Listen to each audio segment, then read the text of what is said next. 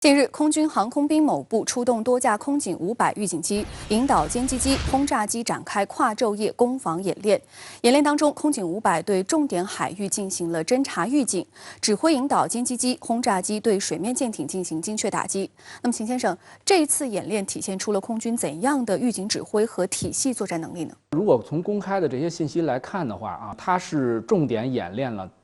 对海上目标的这样的攻击。空警500获取这些舰船的信息识别之后，然后让他把信息传给己方的战斗机，再由己方的战斗机为己方的轰炸机进行一个护航，由轰炸机最终来完成对舰船的攻击。另外一个看点，我觉得体现在了轰炸机上。最终的攻击从报道来说是由轰炸机来完成的。那么轰炸机，我们中国目前主要是轰6轰炸机，而且这个报道中也专门提到了，它带的导弹应该是一个叫做防区外发射的导弹。因为你像轰6这种比较老旧的飞机，你要飞到离敌方舰船很近的地方发射导弹，那它就比较危险了，因为敌方也有战斗机起飞，也有这个防空导弹，那么轰6的生存力比较低。那么不得不说，如果我要带上防区外导弹，我远远的，比如说这个100-200公里以外，我就把这导弹打出去，那么对轰6本身也是安全的。最后还有一个看点，我补充一下，就是它强调了一个昼夜。你比如说这预警机刚要快降落的时候，地面指挥所又让它重新复飞、重新起飞那么体现了对这个机组它的这种应变的能力包括它昼夜的这种起降能力都是一个考验。所以我觉得这次整个演练的看点还是比较多的。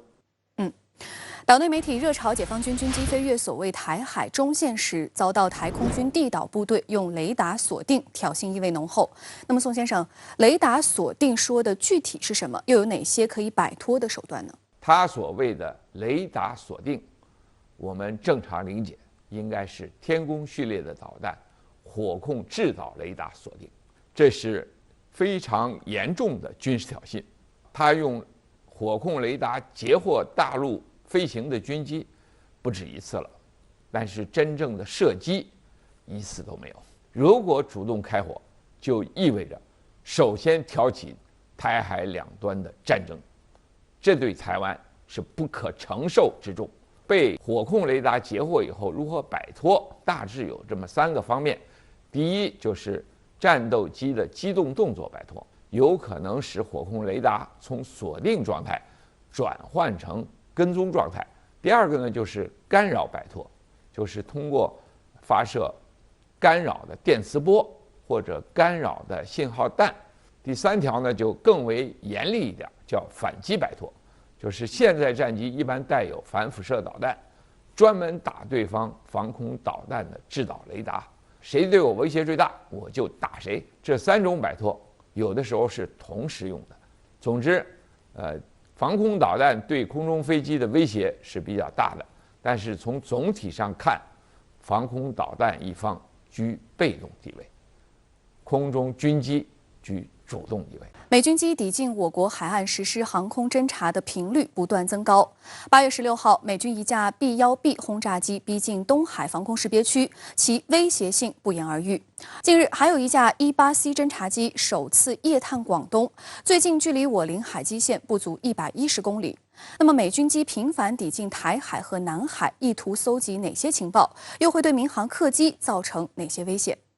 据台湾媒体报道，在大陆宣布于台湾海峡及南北两端进行实战化演练之际，美军也开展相应行动。一架 B-1B 战略轰炸机于8月16号早上飞向台湾东北空域，逼近大陆划设的东海防空识别区。据专门追踪飞机活动轨迹的社交媒体账号 Golf9 发布的航迹图显示，这架 B-1B 从关岛安德森空军基地飞往东海，期间还有一架 KC-135空中加油机为其提供空中加油支援。B-1B 战略轰炸机是美国空军3大战略轰炸机之一，与 B-52H、B-2A 轰炸机相比 ，B-1B 的特点是能够突破音速飞行，实施超音速突防打击，同时还能够搭载防区外作战武器，从防区外发起远距离精确打击。有分析指出，美军向东海派出这款颇具进攻性的战略轰炸机，其威胁性不言而喻。南海战略态势感知计划平台日前发布消息称，据 ADS-B 信号显示，8月14号上午8时许，美海军一架 EP-3E 电子侦察机出现在台湾海峡北部空域，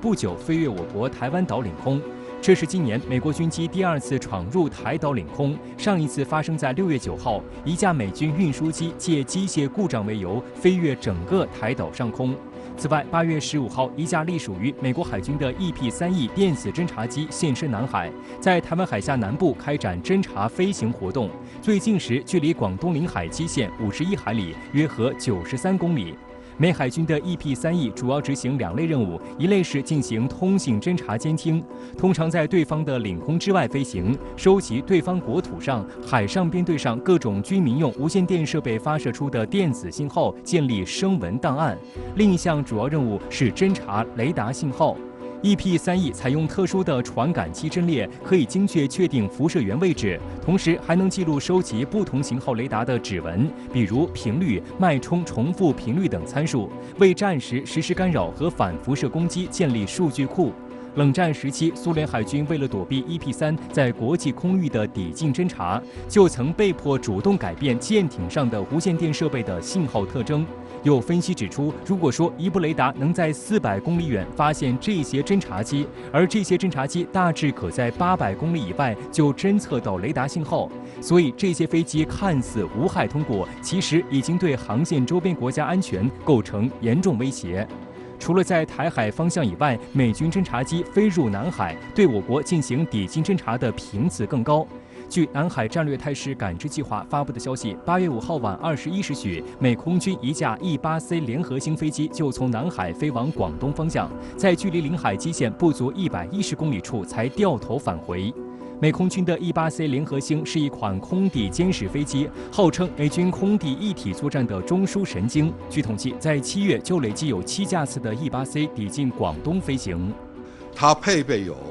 这个核通孔径雷达，而且它这个尺寸呢，这个雷达尺寸比较长、比较大，大概有10几米长，可以探测到250公里以外的地面的目标。它不需要飞入你的领空，是吧？离你领空呢比较远的距离，它就能对你沿岸的各种各样的目标呢，进行侦。